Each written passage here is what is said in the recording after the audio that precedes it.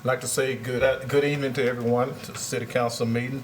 At this time, we will rise for our pledge of allegiance, our invocation by Councilman Loftus.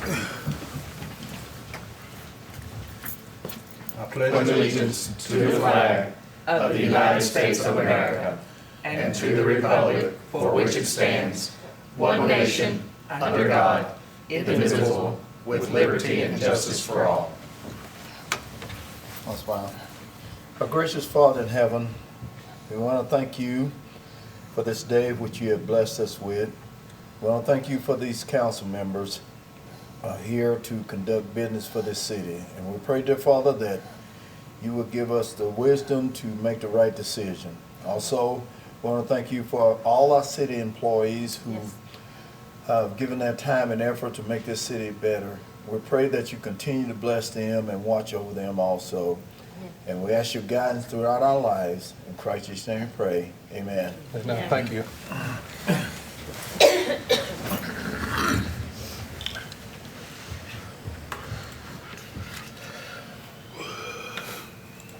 At this time, we have questions and comments from the citizens. Anyone would like to speak on their behalf? You can do it now. I see none, so moving right along, need an approval on the consent items. I make a motion we approve consent items 1 through 3. Second. Got a motion and a second. All in favor? Motion granted. Consider and take appropriate action to award a bid for new play equipment at Keeler Park. Mr. Stradlin.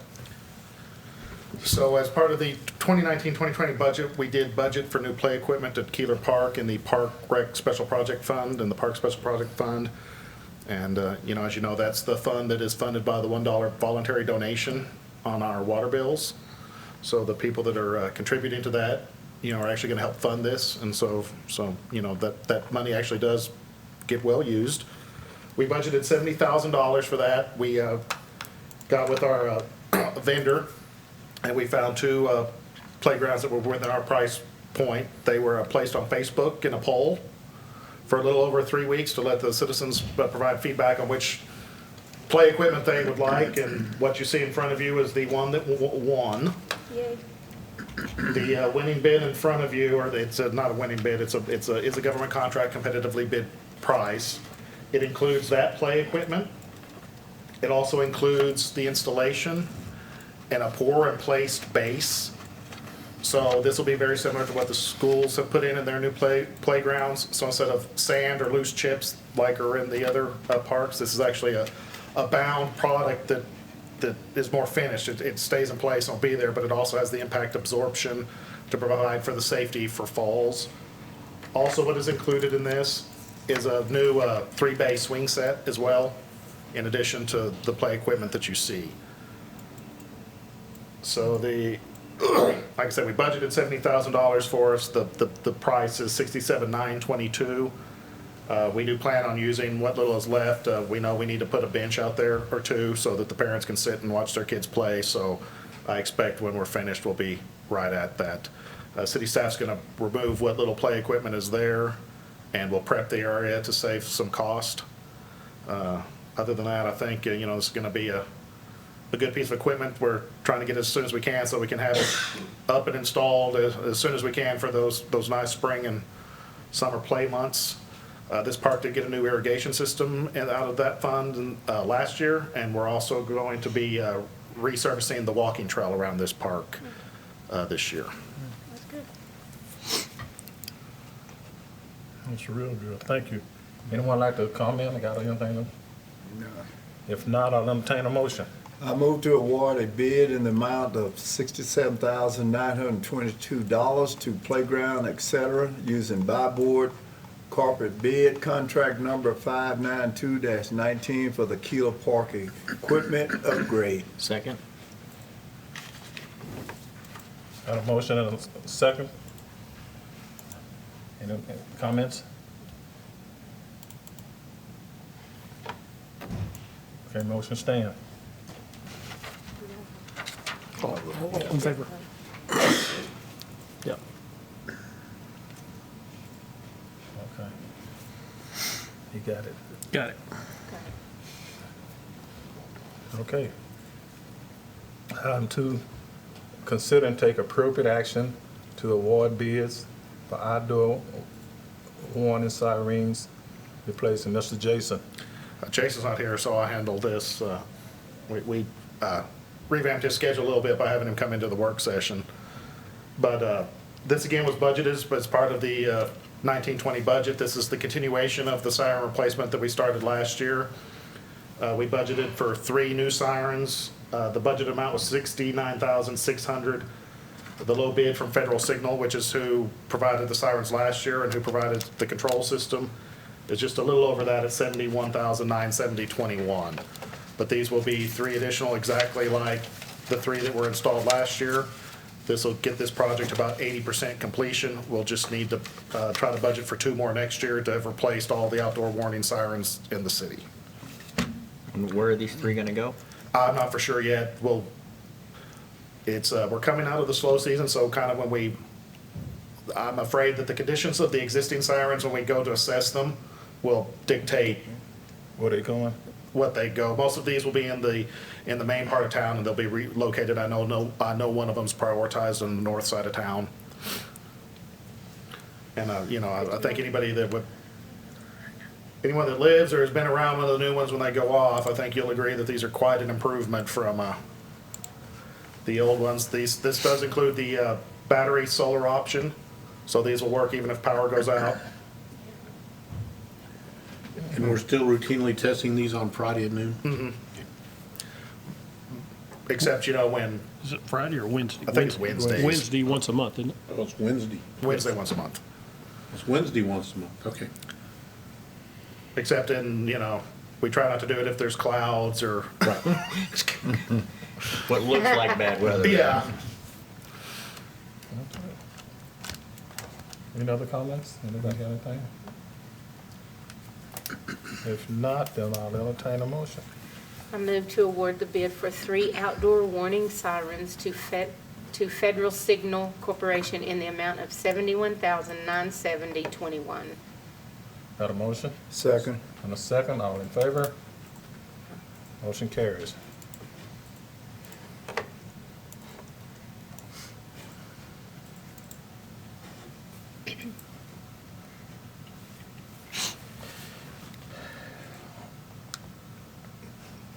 Number 4.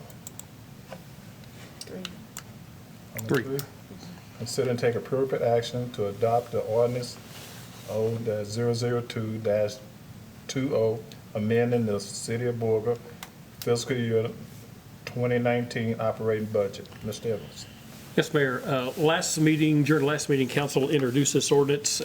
We went over it pretty in-depth during that meeting. I'll be glad to go over it again. As a reminder, this ordinance does really 3 things. We're amending the budget to create a complete department for our hazard mitigation program. That will be called the Wildland Fire Department.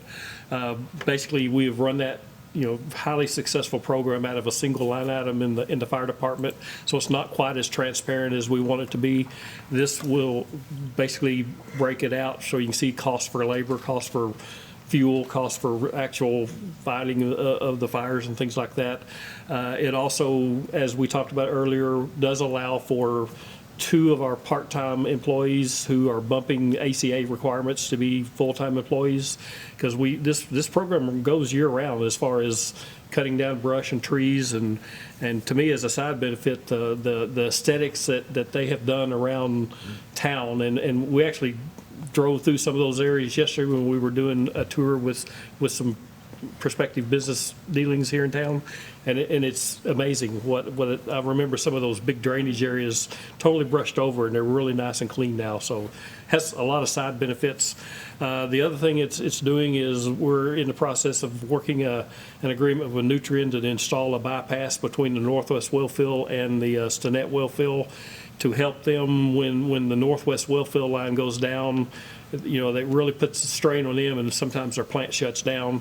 This bypass would hopefully allow their plant to continue to operate, because it basically provides a secondary source of water to them of a sufficient capacity that they can run their plant, even if it's at a low rate. Keeps them from completely shutting down. And then the last thing, you know, we have been doing some renovations here at City Hall. We're getting close to finishing the first floor. And so those three things are really what the budget ordinance does in a nutshell. I'll not go into detail on any of the single line items if you guys have any question. Anyone? If not, I'll entertain a motion. I move that ordinance O-002-20, amending the fiscal year 2019-2020 operating budget be adopted on final reading. Second. Got a motion second, all in favor? Motion granted. Item 4, consider and take appropriate action to award a bank depository agreement between, I guess, be Scott and as a finance director. Mr. Scott.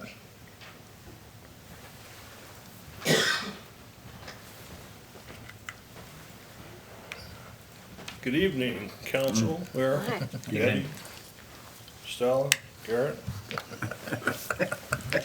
I'm glad I picked this up because I didn't know I was supposed to do anything tonight.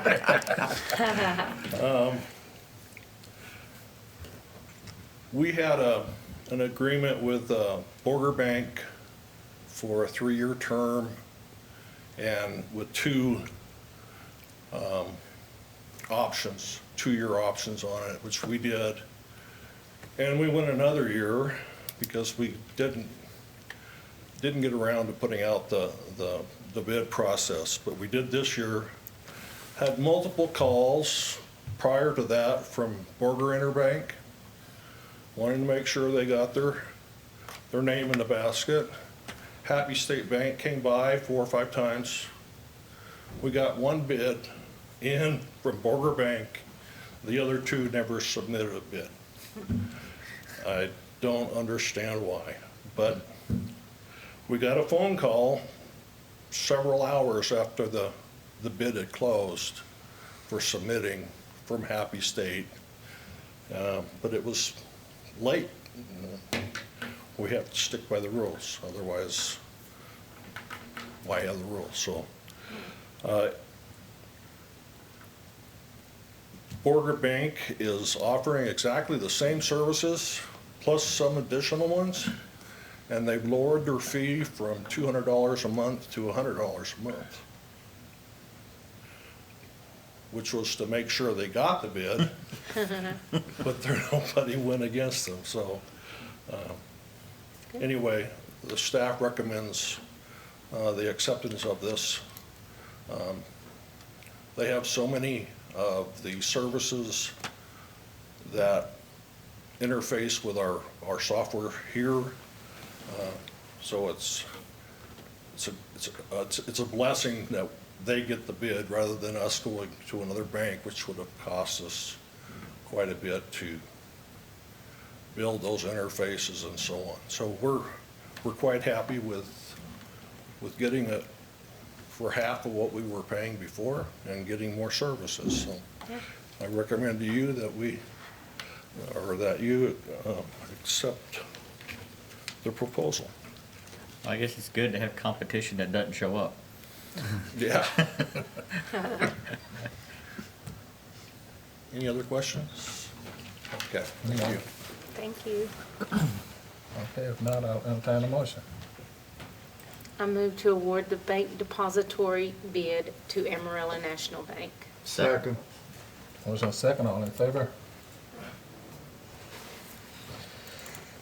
Motion carried. Item 5, consider and take appropriate action to introduce O-003-20 renewing the standards of care for youth program and schedule a public hearing for the March. Oh, huh? March. Sorry, that should have said March 17th. Okay.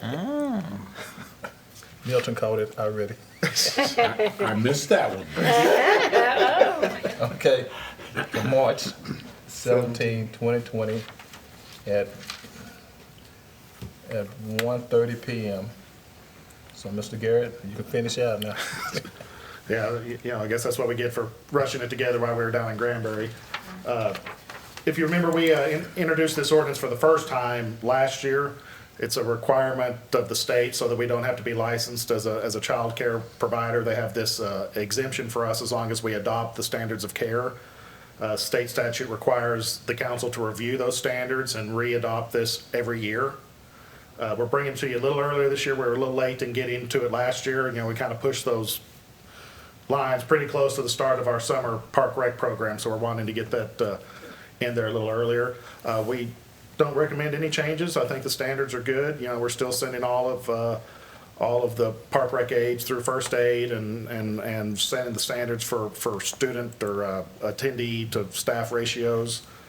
Like I said, it's pretty much exactly as it is last year. It's just a chance for y'all to make sure you're still comfortable with those standards, and then we re-put them in place. State law does require a public hearing for it, which is why that's on there for March 17th. And will there still be that meeting with the parents? Yes. Yeah, we're still doing the handbook. The 17th. And she's actually got the more meetings planned. And so we're going to expand on that. We've actually got some more set events already planned this year. We've got a balloon artist coming Oh, for one day, and we've got a magician coming for another day. The ISD teachers are signed back up to come and read some books to the kids again. The Phillips Engineering Group comes out. They always have a good time with that. Of course, there'll still be swimming and the regular park aides. The fire department comes out, police department comes out. So we're trying to get a little better full schedule set out so that when we put that parent handbook out and advertise, the parents will kind of know. We did have last year was our highest attendance in the last 10 years through the park rec program. We're hoping to build on that again. It still is provided free of cost, 8-week program. If you live in the city, we will come pick you up in a bus. If you don't want to be dropped off or don't want to walk, if you're if you live anywhere in Hutchinson County, you can come. We just can't send the bus after you. So I think this is a long time program going way back before oh, yeah. I was around. I know my kids went. I attended this program I when I attended was it too. first and second grade. My. I had to walk though, but I did. Yeah, that's been a long time, man. The park rec software that we put in place last year is going to give us a little better ability to account for the kids and some of that stuff. But we're really trying to grow it and expand with that. And I hope that they enjoy some of the new programs that we've got coming this year. And this is just a step in reassuring the parents that, what we try to tell them is, our goal is to provide a safe environment to look after their safety. We can't always guarantee the safety of all of their clothing or, their cell phones if you send a big fancy cell phone with them. But, our goal is for the safety of the kid, and that's the primary goal, not looking after property. So that's what this kind of establishes. And then you'll be seeing the handbook and some of the flyers and stuff coming out as we get ready to enroll for the summer here, probably before we're all ready for it. Were there any changes in the standards of care handbook? No. Okay, I didn't see any. And it was well constructed last time, so I was curious. Yeah, I kept it the same. It'd still be an insert. There will be a lot of changes to the parent handbook that we put out last year for the first time too. But like I said, I want to use it as more of an advertisement and marketing tool too. So we're going to list a little more about the schedules and kind of how that stuff goes. But there'll be a meeting with the parents like there was last time? They've got 6 of them scheduled so far, and those will all be listed in the book. The way that it is, is that's kind of the trade-off. If you want your kid enrolled in the program, it is a free program, but we need one parent to come and Exactly. I think and that's a great understand idea. the rules and the policies and the procedures of the program and how everything's going to work so that we can all be on the same page. Makes sense. Good. Anyone have anything else? If not, I'll entertain a motion. Move to introduce on first reading ordinance number O-003-20, renewing the standards of care for youth programs and setting a public hearing for the same on March 17th, 2020 at 1:30 PM. Second. A motion second, all in favor? Motion carry.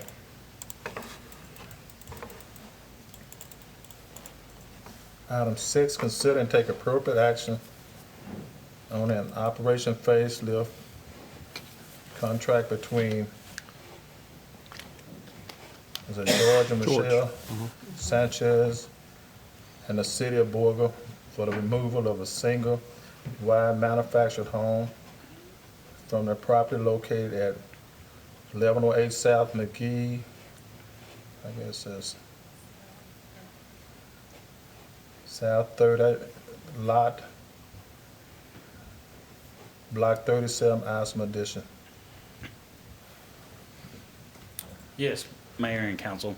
Once again, this is an Operation Facelift program where we have voluntary compliance from the property owner here at 1108 South McGee. They have signed the facelift contract and paid their 50% deposit down, and we just ask that you approve this agreement so that we can demolish the substandard building at 1108 South McGee. When did it become 50? I thought it was 10%. Was that? No, it became 50% when Joe changed it, Yeah. 4 or 5 months We've ago. been, Okay. because, you know, we was struggle way a lot too- of times to Yeah, to yeah, get yeah, that. okay. I like that. I guess I didn't realize that. It's still a great program out there Yeah, it is. to help us get rid of these substandard buildings. It's good. Any comments? We are in the process, though, of taking this from being a council action to city management action. Right, we're gonna move this into staff approval. Like I said, the program originally created an escrow account for those funds to go into. That is why council action was required back when the program started. We've not been using dedicated escrow accounts for this program for long enough that I can't remember how long. And so this will help speed up the process. In conjunction with the comprehensive plan and some of the other items that we're getting with FaceBack, you're gonna start seeing websites and other public engagement activities to kind of keep the public involved on what the city is doing to approach these blighted and substandard structures.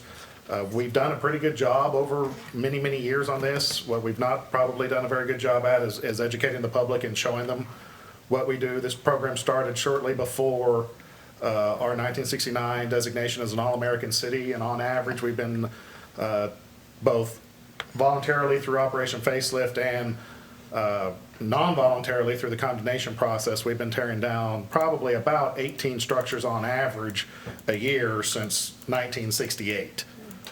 So I know that we've still got a lot to do, but I mean, this still remains a concern for our community. That's been coming back in those feedbacks. It still maintains a concern for us, and this is just another example of how we do continue to address these concerns, probably not as fast as us or everybody would like, but as fast as we can with the financial constraints and legal Yeah. avenues that we have. So Larry, does most of these come out of the fact of code enforcement being, being called out there or whatever? Or, I mean, because I wonder how people know about it, because it's a great Yeah, program. I don't know if people really realize it. Right, and I agree with you, Karen. Most of them do come through when we take these properties to building standards, and then at that point in time, we offer them that facelift program. And going through the Building Standards Commission, we would rather see people repair and fix most of these Right. properties. But some of them become to a state that, it's unreasonable to repair. And so, when it gets that time, then this is a great program to offer them, and it gives them the demolition at a lesser cost than what if it's involuntarily. And then it takes some legal things away from us that we don't have to worry about no longer as well. So it works well for both parties. Because most of these structures, if we didn't get their voluntary compliance and partner with them, they would eventually revert to the entities, and we would eventually probably be burdened with the entirety of the cost. Sure. Yeah, so I just wanted to make a point that this program is going to continue. It's just not going to be visible in the city council meeting. Right, we're gonna try to increase our public reaction, and it just won't come to y'all for approval. We're working on a brochure now to kind of publicize it. Again, that was another one of the action items that's coming out of our comprehensive planning process to work with that, so. If people have done it before, what you kind of also noticed in your form that we've changed the form that you see in your packet, and that the public are utilizing, kind of trying to streamline that and increase our efficiency in the program as well. We make those forms available online. Yes. Oh, it is voted. It will be, I've been waiting to It's not find out there out yet. the final procedure before we get those. But it would be an online form available in the future. Thank y'all. Thank you, Larry. Yes, sir. I'm gonna entertain a motion. I move that we approve the Operation Facelift contract between George and Michelle Sanchez and the city of Borger for the removal of the single-wide manufactured home from the property at 1108 South McGee. Second. Got a motion and a second, all in favor? Motion carried. That's item 7. Item 7, consider and take appropriate action on a facelift contract between William R. Shelton and the city of Borger for the removal of a single-story wood frame structure removed from the property of 210 West 4th Street, East 2, Lot 1718, Block, 46 Town Site Edition. Larry? Yes, once again, another Operation Facelift. This is a wood frame structure here close to the downtown area. When we brought these people to building standards, they were very happy to sign this facelift program. It's kind of been a burden on them, and so once again, they signed the facelift and paid their 50% deposit down, and hope that y'all approve the contract.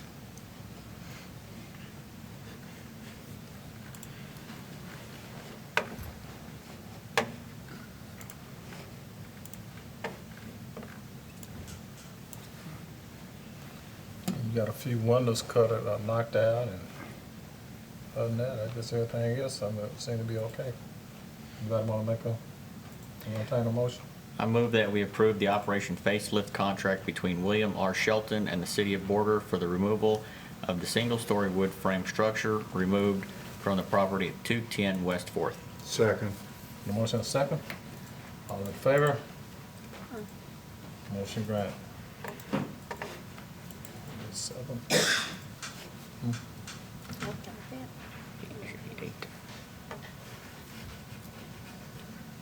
Item 7, and take Item 8. item 8. That's easy. Consider and take appropriate action to adjourn. I'll make a motion, we adjourn. All in favor? Meeting adjourned.